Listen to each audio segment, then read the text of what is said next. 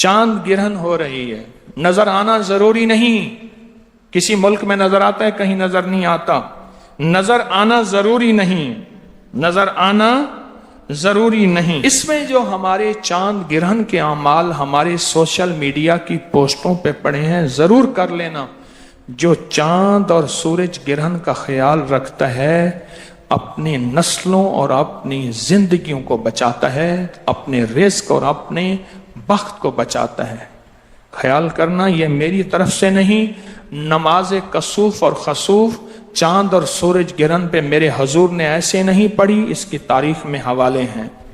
چاند گرہن کا یہ ایک لمحہ آ رہا ہے، یہ گھڑی آ رہی ہے۔ پاکستانی وقت یہی ہے۔ جس ملک میں، غور سے سمجھیے گا، پوری دنیا اس وقت میری آواز کو سن رہی ہے، جس ملک میں جو وقت ہوگا وہ اپنے ملک میں اپنے وقت کے مطابق کرے گا، عمل یہی ہوگا۔ اس دوران کرنا کیا ہے؟ اس دوران ہم نے دعا میں لگ جانا ہے، نفل میں لگ جانا ہے، تسبیح میں لگ جانا ہے۔ ضروری نہیں 4 گھنٹے، آپ کو جتنی تھوڑی دیر میں یہ عمل پورے ہو جائے۔ وہ یہ عمل ہے کہ چاند گرہن کے دوران آپ نے ایک بوتل میں پانی لے لینا ہے، بوتل میں پانی لینا ہے، اور پانی سامنے رکھ کے، بوتل سامنے رکھ کے آپ نے 17 بار پڑھنا ہے، 17 بار فلک اور 17 بار ناس۔ بس یہ عمل ہے، کیونکہ حضور سرور کونین صلی اللہ تعالی علیہ وسلم پہ آخری وار جو ہوا تھا، حضور کو قائل کرنے کا جو آخری وار ہوا تھا، اللہ کی طرف سے 2 فرشتے آئے، انہوں نے یہ عمل باقاعدہ بتایا، سکھایا، اور وہی آئی سورت فلک اور ناس کی۔ اب یہ جو فلک اور ناس جو اتری تھیں، آج بھی قیامت تک کوئی بندہ ایسا ہے جو زندگی کی بندشوں، پریشانیوں، ناکامیوں، مشکلات، مسائل، الجھنوں میں مبتلا ہے، آج بھی کوئی بات، اور وہ کہتا ہے میری زندگی تلخ ہو گئی ہے۔ اس سے کہیں ابھی ایک ساتھ آنے والی ہے چاند گرہن کی، ایک بوتل سامنے رکھے، اس میں پانی رکھے، اور کیا پڑھے؟ سورت فلک اور سورت الناس۔ توجہ سے اول آخر درود شریف اور ہر دفعہ بسم اللہ الرحمن الرحیم ساتھ، اور اس بوتل میں دم کرے۔ اچھا، گھر کا ہر فرد اپنا بھی کر سکتا ہے، پورے گھر کے بھی کر سکتے ہیں، اور یہ ہدیہ اگر پورے گھر کی طرف سے کرنا ہے تو ہدیہ پورے گھر کی طرف سے ہوگا۔ گھر کے ہر فرد نے کرنا ہے تو ہر فرد اپنا ہدیہ دے دے۔ اسی طرح یہ جو فلک اور ناس کا عمل ہے، یہ بھی گھر کا ہر فرد کر سکتا ہے، اور چاہیں تو پورے گھر میں سے ایک فرد بھی کر سکتا ہے۔ 17 دفعہ فلک اور 17 دفعہ سورۃ الناس، اس کا ڈھکنا کھلا رکھیں اور توجہ سے یہ اس پہ دم کرتے ہیں، کیا کر دیں؟ اور اس کا جو ہدیہ ہے وہ بھی پانی ہے، پانی کا ہدیہ بھی پانی ہے، پانی کا ہدیہ بھی پانی ہے۔ کسی قریبی مسجد پانی کا بل ادا کر دیں، کسی جگہ نل کا لگوا دیں، سبیل لگوا دیں، کسی سفید پوش کے گھر کے پانی کا بل دے دیں، یا لوگوں کو ٹھنڈا میٹھا پانی پلا دیں، اس کا ہدیہ بھی کیا ہے؟ پانی ہے۔ اور یہ بیماریوں کے لیے، تنگ دستیوں کے لیے، الجھنوں کے لیے، جھگڑوں کے لیے، نا اتفاقوں کے لیے، آنے والی مصیبت، اس پانی کو آٹا گوندنے میں، چائے بنانے میں، پینے میں، کرنے میں، دیواروں پہ نہ پھینکیں، گھر میں پاؤں نہ آئے، باقی ہر جگہ اس کو پینے کھانے پکانے میں اس پانی کو بڑھاتے جائیں، استعمال کریں، اور کوئی دم والا پانی پڑا ہے تو اس میں ملا لیں، ایک ہی ہو جائے۔ اب تیسرا عمل اور آخری عمل سنیں، چھوٹا سا عمل ہے۔ آپ نے حزب البحر جو ہے وہ پڑھی، یہ حزب البحر کے اسماء حسنی ہیں، یا اللہ یا علی یا عظیم یا حلیم یا علیم، یا اللہ یا علی یا عظیم۔ آیت الکرسی کی آخری آیت ہے، یہ اس کے اسماء حسنی، یا علی یا عظیم یا حلیم یا علیم، یہ حزب البحر کے آخری الفاظ ہیں۔ بس اب کیا کریں گے؟